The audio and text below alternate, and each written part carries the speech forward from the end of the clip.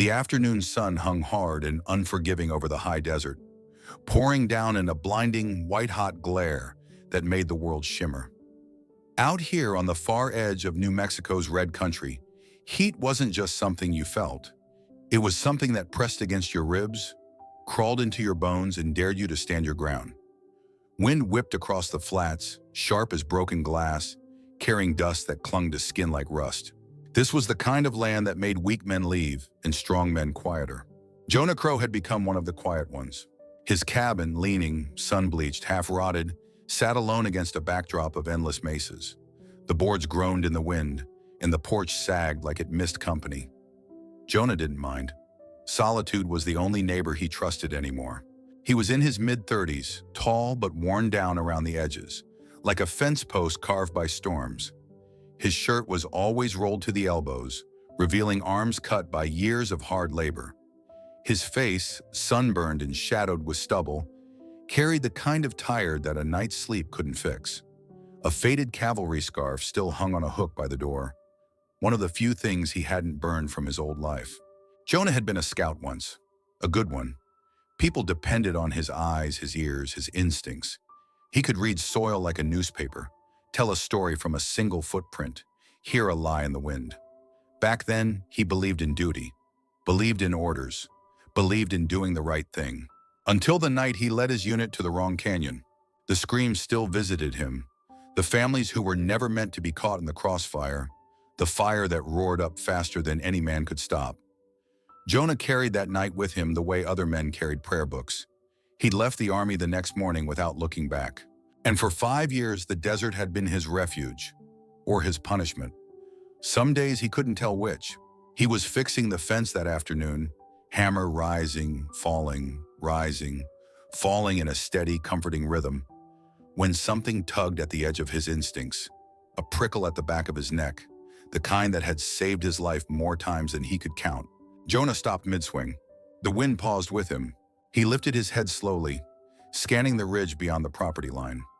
At first, he thought it was just a mirage, heat bending the light into shapes that weren't truly there. But the longer he stared, the clearer the figure became. A person, small, unsteady, stumbling. The hammer slipped from Jonah's hand and hit the dirt with a soft thud. For a long moment, he didn't move. People didn't come out here, not unless they were lost, dying, or meaning trouble. And the figure coming down the ridge didn't look capable of trouble. The way she moved, leaning forward, catching herself with each uncertain step, looked like someone holding on to the last threads of strength. Jonah's chest tightened. A woman alone in this heat, on this land. She made it halfway down the slope, then faltered, dropping to one knee. Jonah's instincts surged awake. He stepped over the fence, boots kicking up red dust, and approached with slow caution. He didn't call out yet. She looked barely conscious. A shout might knock her over. When she pushed herself upright again, he saw how badly she trembled. Dust streaked her arms and legs. Her clothes hung torn and sun-bleached. Even from a distance, Jonah could see she hadn't eaten in days. Her hair was tangled, sticking to her temples. She swayed like a tree in a dying storm. And still she kept walking toward his land, toward him, as if she'd chosen this place on purpose. Jonah stopped 10 feet away, his breath caught somewhere deep in his chest. What was she doing out here? Who was she running from? And why, of all the lonely corners of the West, had she come to his? The woman lifted her head just enough for their eyes to meet. In that moment, Jonah felt the quiet of the land shift, like the world was about to change in a way he couldn't yet name. The woman didn't make it all the way to him. Just a few yards from the fence line, her knees buckled. She caught herself on the top rail, fingers curling around the weather-worn wood as if it were the last solid thing left in her world. The sun cast a hard glow over her shoulders, revealing skin burned raw, a dozen deep rope marks bruising her wrists and forearms, and clothes torn as though she'd spent days fighting the desert and lost every round. Jonah stepped forward on instinct, but she lifted her chin slightly, stopping him. There was no plea in her eyes, no trembling request for water or mercy. She looked at him with a strange steadiness, like someone who had already accepted dying, but needed one last truth before she went. Her lips parted, cracked and dry. And then she asked the question that froze Jonah Crowe to the bone. "Do you remember the little girl you carried out of the fire that night? For a second, Jonah forgot how to breathe. It felt like the desert itself went silent. Wind fading, heat flickering, the whole world holding its breath with him. The past he'd spent 5 years burying clawed its way to the surface in a single violent rush. The fire, the screaming, the collapsing timber, the weight of a child clutching his neck so tight he could barely move. He saw it all again. The burning canyon camp, the glow of flames reflecting in terrified eyes, the smell of smoke that never fully left his clothes. He remembered stumbling through the chaos, shielding that small, shaking body with his own, while gunfire cracked through the night. Jonah swallowed hard, voice rough as gravel. "What did you just say?" The woman leaned her forehead briefly against the fence rail, drawing a ragged breath. When she lifted her face again, he finally saw her fully. Dust-streaked skin, long black hair tangled with sweat, and eyes so dark and determined they cut straight through the haze of exhaustion. She wasn't guessing. She wasn't mistaken. She knew him. Jonah's heartbeat thundered against his ribs. The girl from the canyon. After all these years, he took another step closer. "You," his voice cracked. "You can't be." She managed the faintest nod. "I am." Her legs trembled again, and Jonah reached out just as she lost her grip on the fence. She didn't fall this time. His hands caught her by the arms. Her skin burned with fever, her breath came in shallow, shaking pulls, and her weight felt frighteningly light. But her eyes stayed locked on his. "My name is Kaya," she whispered. "Apache born, and still standing, against every damn thing that tried to bury me." Her voice broke just slightly. "I came here because you were the only one who ever chose to save me." Jonah felt something clamp tight in his chest. He lowered her gently to sit on the ground, careful not to press on the bruises striping her ribs. A survivor's instinct told him she'd been running for days without water, maybe food. But another instinct, the one he thought he'd lost, told him this meeting wasn't chance. He knelt in front of her. "Kaya," he repeated quietly, testing the name against the fragments of memory he still carried. "You were just a kid. 8, maybe 9, 7, she murmured. "I remember the way the flames lit the sky. I remember the soldiers shouting. I remember you holding me so tight I couldn't tell if the shaking was yours or mine."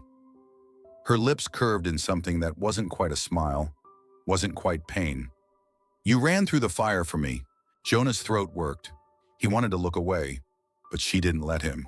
"I've been searching for you for weeks," and she said. "I followed the mesas, followed what I remembered of your horse's trail, even though it's old by now. I followed whatever pieces of that night didn't die with the others."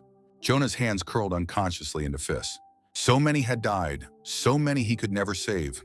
But this woman, this burned, battered, stubborn soul, had crawled out of hell and found her way back to him. "Why?" he asked, not trusting his voice. "Why come here? Why now?" Kaya's shoulders sagged, exhaustion finally dragging at her bones. "Because I have no one else left," she said softly. "Because the desert tried to kill me and failed. Because the men who hurt me are still hunting." Her gaze steadied, fierce despite everything. "And because you once carried me from a place everyone else ran from." Her voice dropped to a fragile whisper. "I remembered that. I remembered you." A breath. "Jonah, you were the only one who chose to save me." The wind stirred again, faint and dry.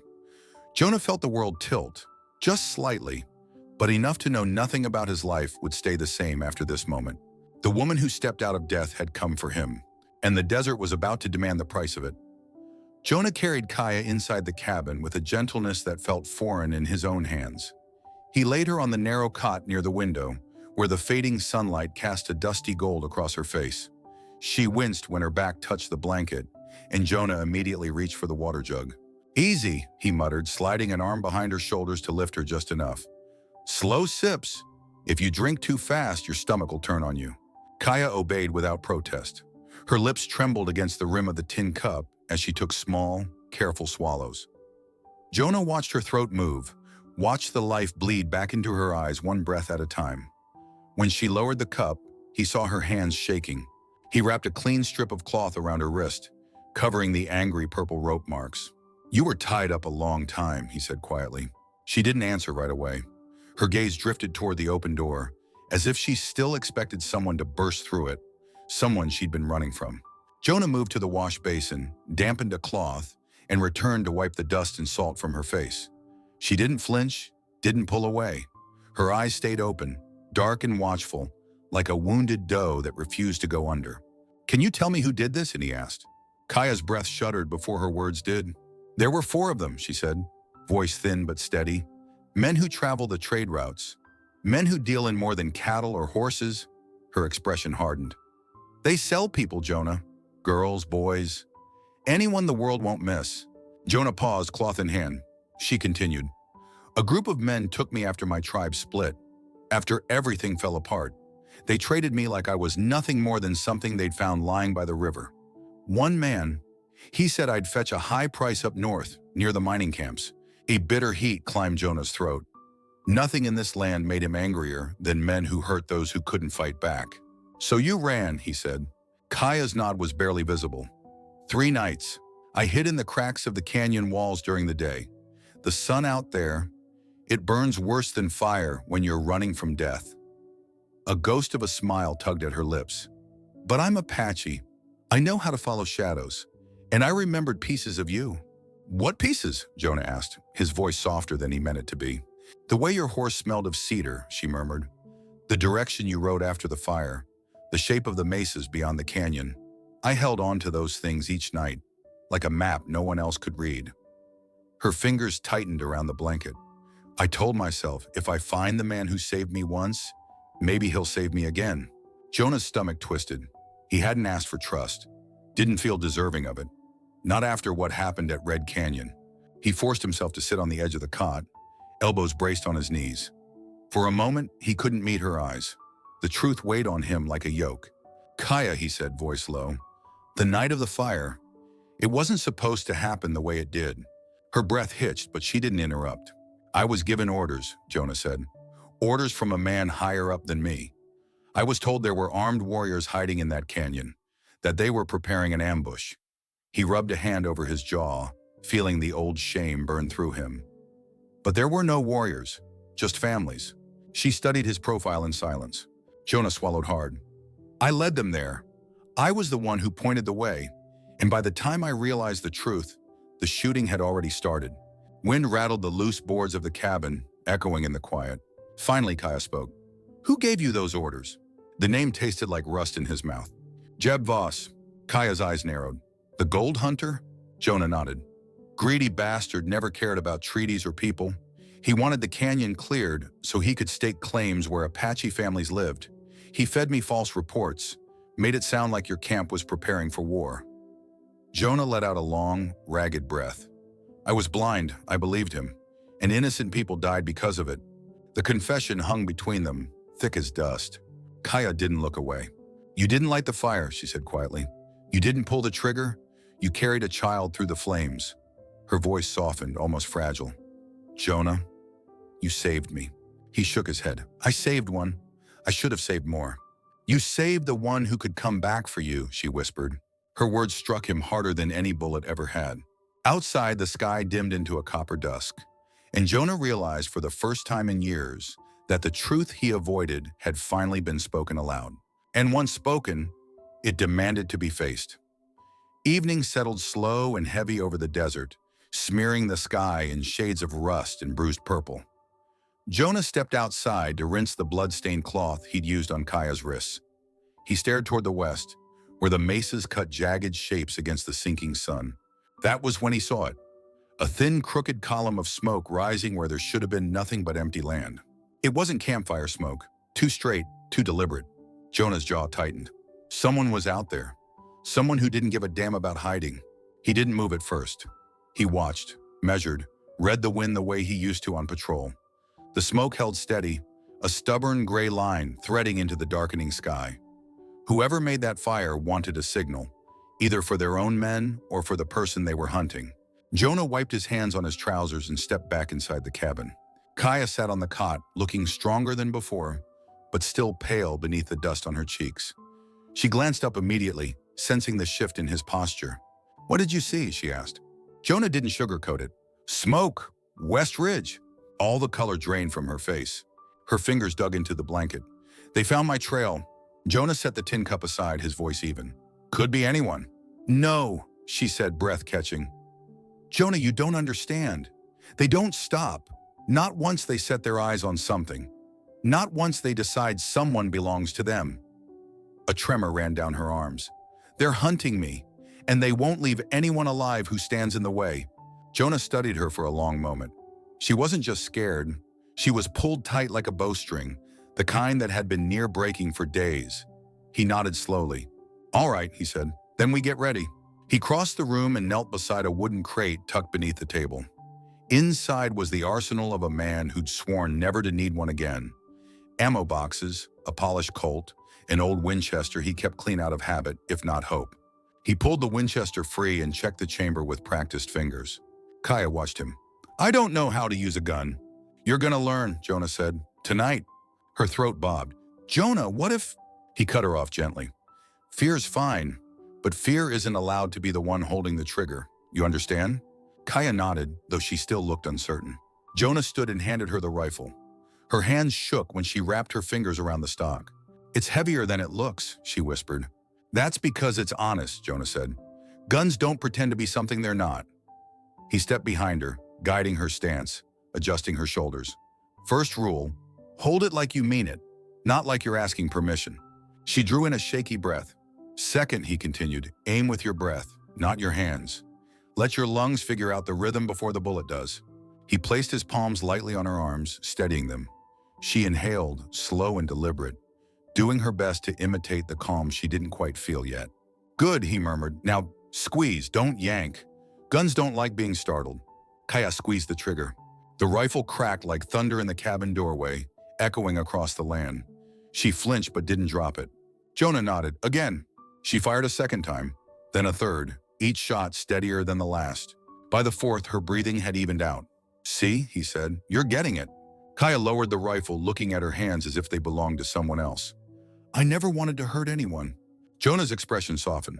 Wanting and needing ain't always the same thing out here. They spent the next hour securing the cabin, dragging heavy planks against the door, stacking firewood where it could be used as cover, checking every crack in the wall where a bullet could slip through. Jonah shuttered the windows with thick boards and placed his Colt by the table, his knife by the stove, the rifle within Kaya's reach. The cabin felt small but fortified, a refuge welded together by desperation and will. When they finished, Jonah lit a lantern, casting warm flickers over the rough wooden walls. Kaya stood by the window, arms wrapped around herself, staring toward the west. They'll come, she whispered. I can feel it. Jonah rested a steady hand on her shoulder. Let 'em. We'll be ready. Outside, the column of smoke still rose, stubborn against the dark. Inside, two souls braced themselves. The hunted and the man who refused to let her face death alone. The desert had found them. Now they had no choice but to fight back. Night crept over the desert, slow and silent, spreading across the plains like a dark blanket stitched with cold stars. The air cooled fast, one of those sharp, biting chills that only came after a scorching western day. Inside Jonah's cabin, the lantern flame flickered against the walls, throwing restless shadows that made Kaya's eyes dart every time the wood creaked. Jonah checked the boards over the door one last time, then moved to the window slit he'd carved earlier. The world outside looked calm, too calm. No hoofbeats, no torchlight, just the vast emptiness humming with distant coyotes. They'll come when the night gets deeper, Kaya whispered from her seat near the stove. Jonah nodded. Men who hunt don't waste darkness. He was about to turn away from the window when something flickered at the edge of his vision. A shape. No, two shapes, moving where the moonlight dipped behind a rise. Jonah stiffened and reached for his Colt. Someone's out there, he murmured. Kaya rose instantly, gripping the Winchester the way he'd taught her. Knuckles white but steady. The shapes moved closer, cautious, silent. Then a soft click echoed outside. Not the sound of a cocked gun, but of two stones tapped together. 3 taps. A pause, 2 more. Kaya's breath hitched. That's a signal, she whispered. Apache. Jonah's hand loosened around his weapon, but only slightly. Could be anyone imitating. No, Kaya said. Only our people use that pattern. The taps came again, gentle but deliberate. Jonah exhaled once through his nose. Stay behind me. He pushed open the door just enough for the lantern light to spill across the ground. 2 figures stepped into view, hands raised to show they carried no weapons drawn. They wore the earth-colored clothing of canyon tribes, leather vests, beaded sashes, hair tied in traditional knots. The taller one spoke first. "Crow?" His voice was hoarse, scraped raw from exhaustion. "We don't come to fight." Kaya gasped softly. "Toma?" The man nodded once, relief breaking through the pain on his face. "Kaya, you lived." Kaya took a step toward him before Jonah extended an arm to stop her. "Not yet," Jonah said. "Names aren't enough out here." The second figure, a broader man with gray streaks in his braids, bowed slightly. "I am Gray Elk. This is my sister's son, Toma. We bring warning." Toma's face tightened, and Jonah didn't miss the dark bruise swelling beneath his right eye, nor the dried blood on his shirt sleeve. Kaya's voice trembled. "What happened to you?" Toma looked past her, straight at Jonah. "Jeb Voss happened." At that name, the room's air felt heavier. Toma continued, pain threading through his words. "Voss took me weeks ago, forced me to track trails for him. If I didn't obey, he threatened my sister, my mother." His hands curled into fists. "I lied when I could, misled them when I dared, but he beat me when he caught on." Gray Elk stepped forward. "Tonight we freed him, but Voss's men, they are close, closer than you think." Jonah studied the pair, his instincts tugging in two directions, caution and something else, something like grudging respect. Men didn't walk into the open at night unless they were desperate or honest, and these two looked like both. "What do you want from us?" Jonah asked. Toma met his eyes without blinking. "To help, to warn you." He glanced at Kaya again, and the guilt in his expression was unmistakable. "Voss knows she escaped. He believes she's worth money, or leverage. He won't stop." Kaya clenched the rifle tighter. "Why risk your life to come here?" Toma let out a weary breath.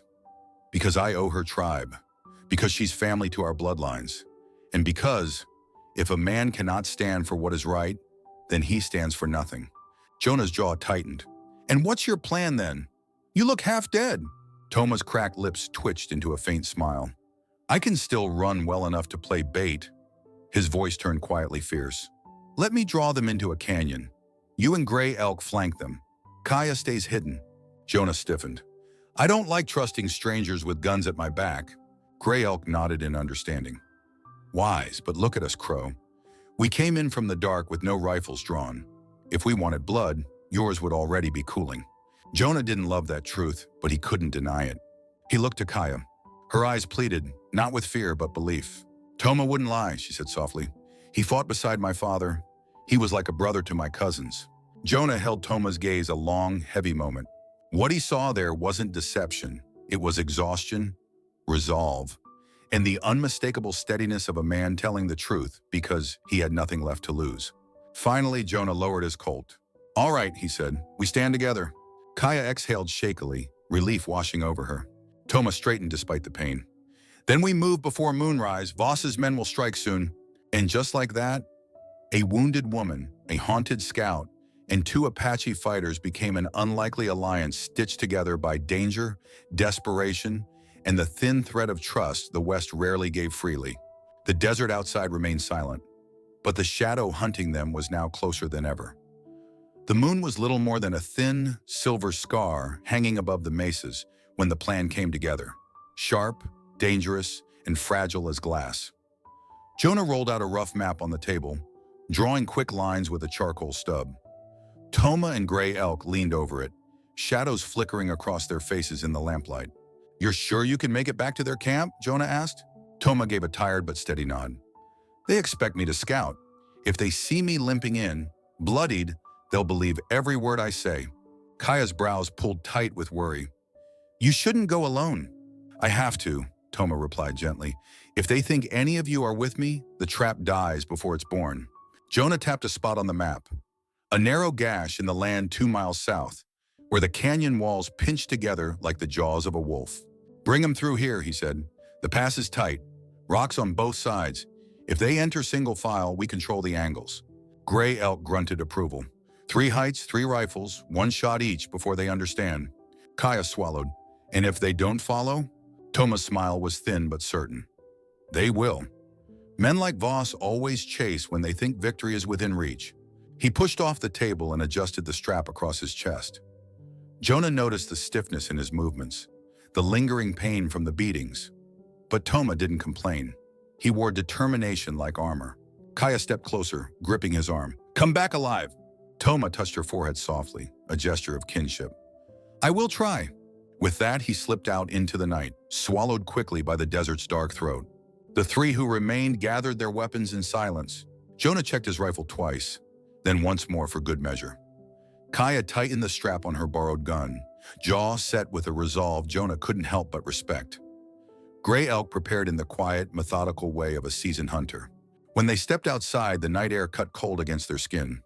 No breeze, no insect chorus. Even the land seemed to be holding its breath. "Stay low," Jonah whispered. "No talking once we move." They trekked through the desert, boots pressing into the still warm earth. The ground radiated heat like banked coals, and sweat trickled down their backs even in the cool dark. Their shadows stretched long and strange behind them. The silence felt alive, listening, waiting. By the time they reached the canyon pass, the moon was nearly swallowed by clouds. The rocks rose steep and unforgiving around them, creating a natural funnel that tightened into a kill zone. Jonah pointed. "Kaya, you take that ridge. Stay prone. Use the boulder as cover." Her throat bobbed, but she nodded and climbed the uneven slope with quiet determination. "Gray elk," Jonah said, gesturing to the opposite side. "You take the higher ground. They won't see you until it's too late." The older warrior gripped Jonah's shoulder once, a gesture of respect, before scaling the ridge like a mountain cat. Jonah took the middle point, settled behind a cluster of jagged stones overlooking the narrow mouth of the pass. From here, he could see both Kaya and Gray elk in the faint moonlight. Their silhouettes merged with the land. The positioning was perfect. The waiting was not. Minutes stretched like hours. Sweat trailed down Jonah's spine, even though the night had cooled. His fingers tapped the rifle stock in a slow, steady rhythm, a habit from his scouting days. Kaya lay pressed against the ground, rigid with focus.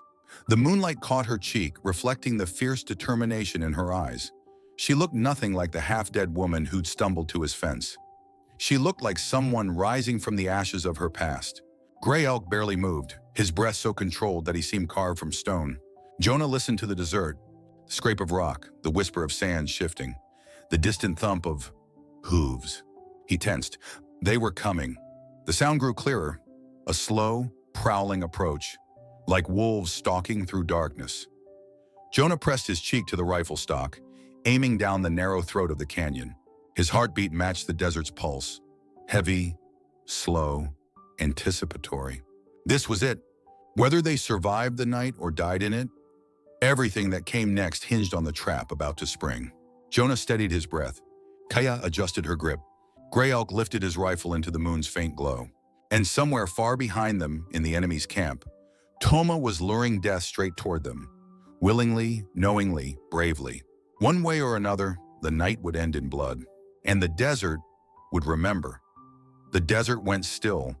So still, Jonah could hear each grain of sand shifting beneath his boots. A thin slice of moon hung above the canyon walls, pale and watchful, its glow barely enough to outline the jagged stone teeth rising on all sides. Then came the sound he'd been waiting for. Hoofbeats. Slow, confident, heavy with the swagger of men who believed the land belonged to them. Jonah steadied his rifle and watched the mouth of the narrow pass. The first shape appeared. Jeb Voss, broad-shouldered, smug, riding like a man who'd never questioned his right to take whatever he wanted. A burning torch swayed in his hand, fire licking upward, casting a molten glow across his cruel grin. Behind him came three more riders, rifles slung low, dynamite tied carelessly at their saddles. They looked mean, sharp-edged, and eager for the kill. Jonah exhaled slowly. The trap had sprung. Toma appeared ahead of them, staggering into view exactly as planned, limping, bloodied, breath ragged. He looked like a dying man crawling home. But Voss's eyes were cold, too cold. "Hold up," Voss barked, yanking his reins. The horses snorted, hooves grinding against the red dirt. "Toma Frod." One of the gunmen leaned forward, squinting. "Boss, the cabin's that way, not here." "I know," Voss growled, "and that's the problem." He lifted his torch higher, and the orange glow washed over Toma's face. The bruise, the bandages, the fear. Voss's smile widened, sharp as a knife's edge. "You led us wrong," he hissed. Before Toma could speak, Voss fired. The gunshot cracked through the canyon like lightning. Toma's body jerked, collapsing to one knee, blood blooming across his side. "No!" Kaya's cry tore silently from her throat, but she held her position, eyes burning, breath shaking. Toma gasped, braced himself on one hand, and reached for the fallen rifle beside him. Jonah saw it all in one suspended heartbeat. Voss raised his gun again to finish the job. But Toma fired first. The shot echoed off the stone walls, sharp and desperate. It struck the nearest gunman, square in the chest. The man toppled from his saddle, crashing into the dirt with a hollow thud. Chaos erupted. "Now!" Jonah shouted. Gunfire shattered the night. Kaya fired from the ridge, her very first real shot in a fight. Her hands trembled, but her aim did not. She hit the outlaw who'd swung his rifle toward Jonah, dropping him instantly. Jonah felt a jolt of pride, but there was no time for it. He fired next, hitting the third gunman before the man could get his dynamite lit. The outlaw fell backward, face twisting in shock, his torch rolling uselessly into the dust. The canyon filled with smoke, dust, and shouts. Gray Elk's rifle cracked from the higher ridge, keeping the last gunman pinned down. But Jeb Voss was already charging. The outlaw captain roared like a man possessed, hurling aside his empty gun and leaping from his saddle. He rushed Jonah with terrifying speed for a man his size, tackling him into the rocks hard enough to rattle Jonah's teeth. They hit the ground in a violent, bone-jarring crash. Jonah's rifle flew from his grip. Voss's fist drove into his ribs. Pain exploded through him. Jonah fought back. Fought like a man who'd spent too many years letting guilt eat him alive. He slammed his elbow into Voss's jaw, rolled and punched with every ounce of fury he'd buried for 5 long years. Voss recovered fast, too fast. He grabbed Jonah by the throat and pinned him against the canyon wall, squeezing until Jonah's vision blurred. "You think you can outrun what you did?" Voss snarled, spit flying. "You think saving one little Apache makes you clean?" He pressed harder. "You led us there, Crowe. You did." Jonah clawed at Voss's grip, lungs screaming for air. And then a gunshot split the night. Voss's body jerked. Kaya stood 20 yards away, rifle still smoking, cheeks streaked with tears and dust. She didn't lower the weapon, didn't blink. Voss stumbled, releasing Jonah. Rage twisted his face. He lunged toward Kaya. Jonah surged to his feet. With a guttural yell, he grabbed Voss from behind, throwing him into the rocks. The two men grappled, rolling across the dirt in a brutal, desperate struggle. Jonah landed a blow. Voss landed one harder. Blood sprayed across the stone. Finally, Jonah managed to wrench Voss's own knife from its sheath. They locked eyes, two men with a canyon of blood between them. Jonah drove the blade forward. Voss collapsed, dust rising around him like smoke. Silence fell. Only the wind moved. Jonah stood over the man who'd poisoned half his life, chest heaving, knuckles raw, breath ragged. On the ridge, Kaya trembled, but her aim stayed true until the fight was over. Toma lay crumpled in the dirt, the price he'd willingly paid for this one chance at freedom. The ambush had ended, but its cost, the desert would not forget. Dust swirled in a slow, choking circle around them, carrying the metallic scent of blood into the narrow canyon. Jonah's vision pulsed with red as Jeb Voss's hands tightened around his throat. Thick, brutal hands hardened by greed, violence, and years of taking what never belonged to him. Jonah clawed at Voss's wrists, boots scraping desperately against the rock, lungs screaming for air that wouldn't come. Voss leaned in, breath foul and hot against Jonah's face. "You'll never wash their blood off," he snarled. "Her tribe, her people, they died because of you, Crowe." Jonah tried to push back, but the lack of oxygen blurred the world. His ears whined, his head throbbed. His strength slipped like water through open fingers. And then, through the haze, through the ringing, through the suffocating dark, Jonah heard Kaya's voice. "Jonah!" Voss turned his head, still keeping his crushing grip tight. Kaya stood 20 paces away on the canyon floor, boots planted, shoulders squared, even as tears streaked dust down her face. The moonlight glinted against the rifle Jonah had taught her to hold just one night before. Her breaths were uneven, her hands trembled, but her eyes were steady, unbroken, fierce. Voss laughed, low and cruel. "Little Apache girl," he taunted, tightening his hold on Jonah until his knees buckled. "You think you can shoot me? You think you can save?" Kaya inhaled sharply, a single controlled breath. She remembered Jonah's voice from the cabin. "Aim with your breath. Guns don't like being startled." Her heartbeat steadied. Her fingers tightened into purpose instead of fear. Kaya lifted the rifle, sight aligning with a clarity she didn't know she possessed. "Let him go," she whispered to herself. Her finger squeezed the trigger. The shot cracked so loud it silenced the canyon.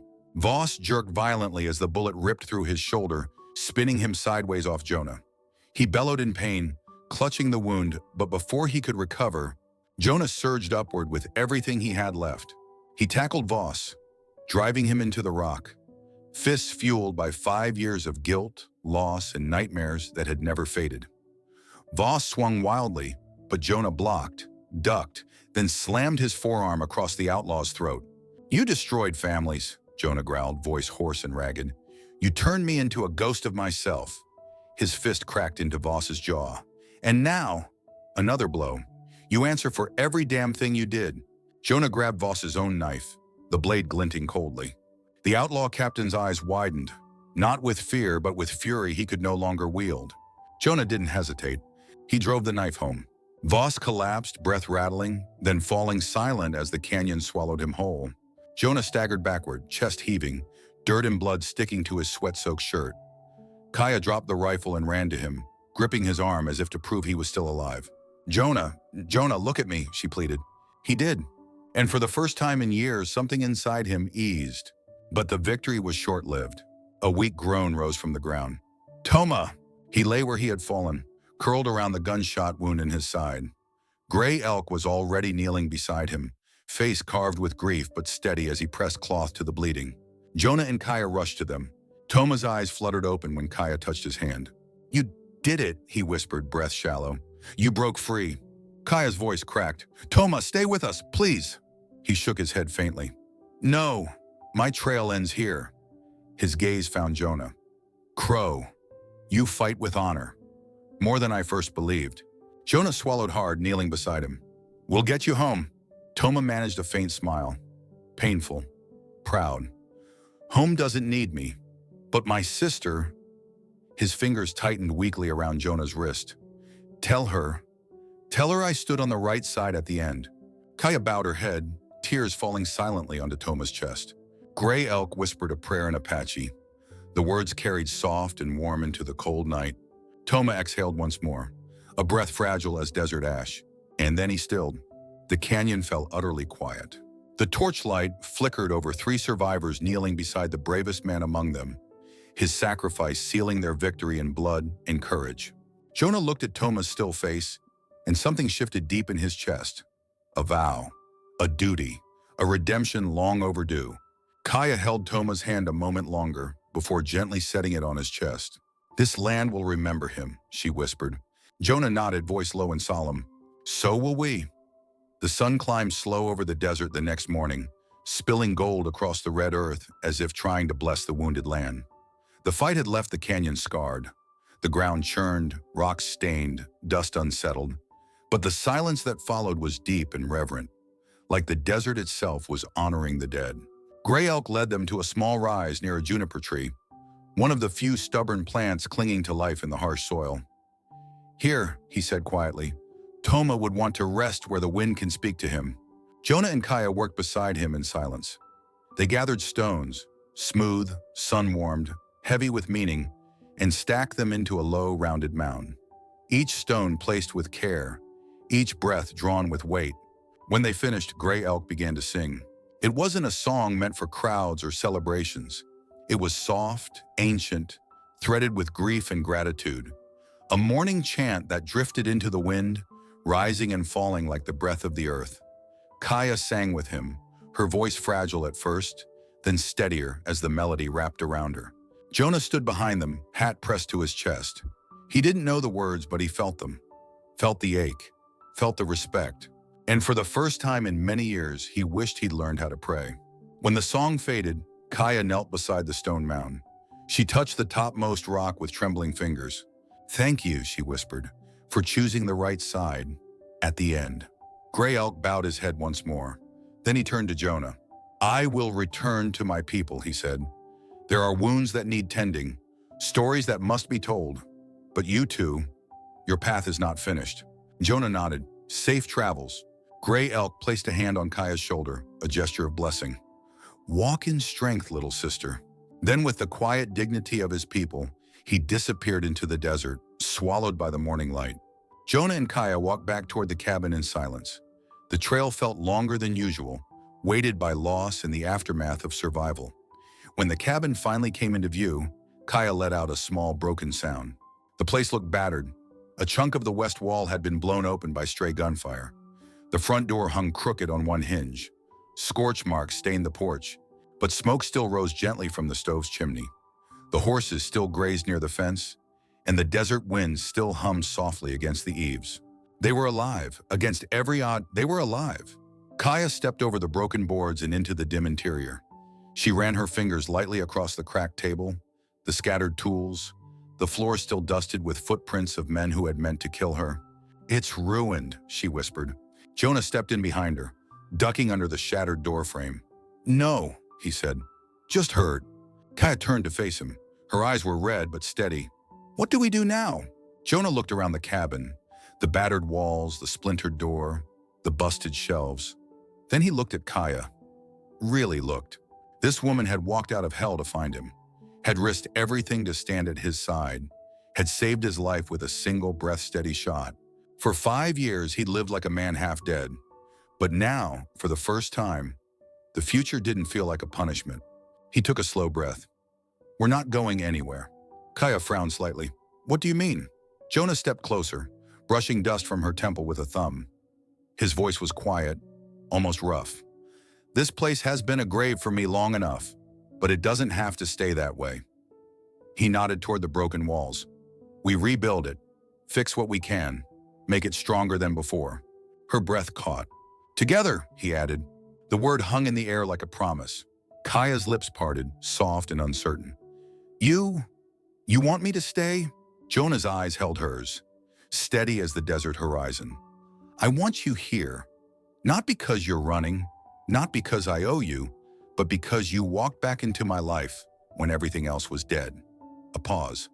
"And because I don't want to be alone anymore." The emotion hit Kaya like a warm gust of wind.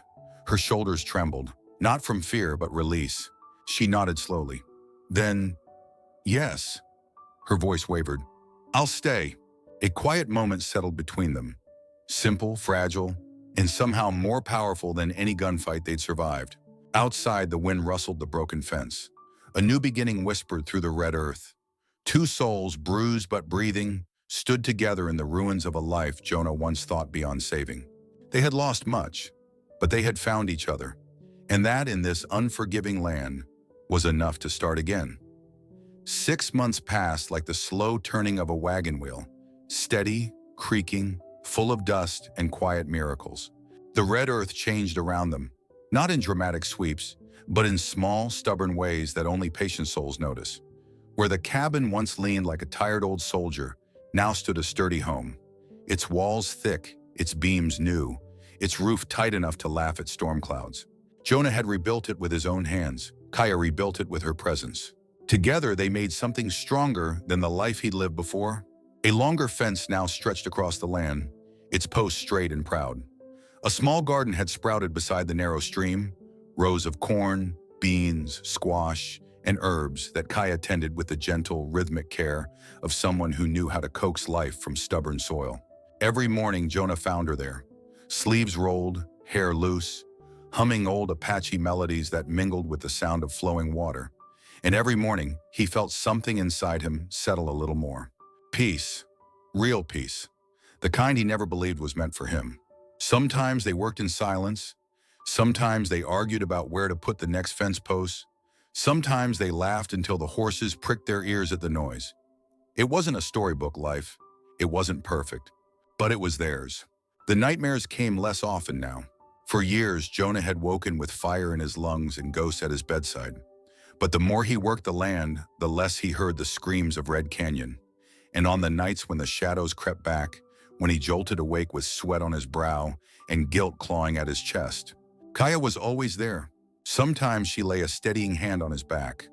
Sometimes she whispered old prayers. Sometimes she simply held him until his breathing settled. She never asked him to forget, only to keep moving. And Jonah did.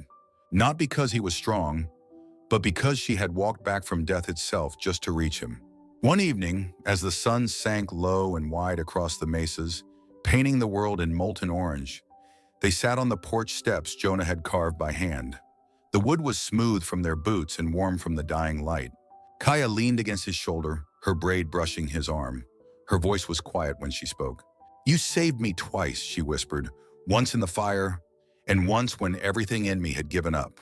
Jonah let out a slow breath, the kind that carried 6 months of work, 12 years of regret, and a lifetime of dusty, unspoken things. "No," he said softly, "this time, you saved me." Kaya lifted her head, her dark eyes searching his. "Me?" He nodded. "I was drifting, Kaya, half alive, half a man. You walked across the desert to my door, and somehow you put the pieces back together." A small smile, gentle, steady, curved her lips. "Then we saved each other." Jonah slid an arm around her shoulders, pulling her close. The horizon stretched wide before them, red earth glowing beneath the last streaks of sunlight, wind stirring the grasses like an old storyteller, clearing his throat. "You know," he murmured, "I used to think I didn't deserve a home." Kaya rested her hand over his heart. "We build our own homes, Jonah, with who we choose." The sky deepened into purple. The first stars blinked awake. Coyotes called from the far hills, a soft, lonely song that somehow sounded less lonely now. Kaya leaned her head back on his shoulder. "This place," she whispered, "it feels alive now." Jonah smiled at that. "Maybe because we are." As the night gathered around them, lantern light glowed inside the cabin, warm, inviting, almost golden. It was no longer a cage for a broken man. It was a home, a promise, a beginning forged from blood, dust, and hard-won grace. Two souls, one scarred by guilt, one scarred by survival, had found each other on the unforgiving land that nearly destroyed them both. And now together, they had carved out something rare in the West. A quiet place, a steady peace, a life worth living. Jonah kissed Kaya's forehead gently, the porch creaking beneath them. "Welcome home," he whispered. Kaya closed her eyes, letting the wind carry the words into the red earth. They had walked through fire to find peace. They had walked through loneliness to find shelter. And on that wild, sun-scorched land, two wanderers finally built a home that the desert itself would remember. End.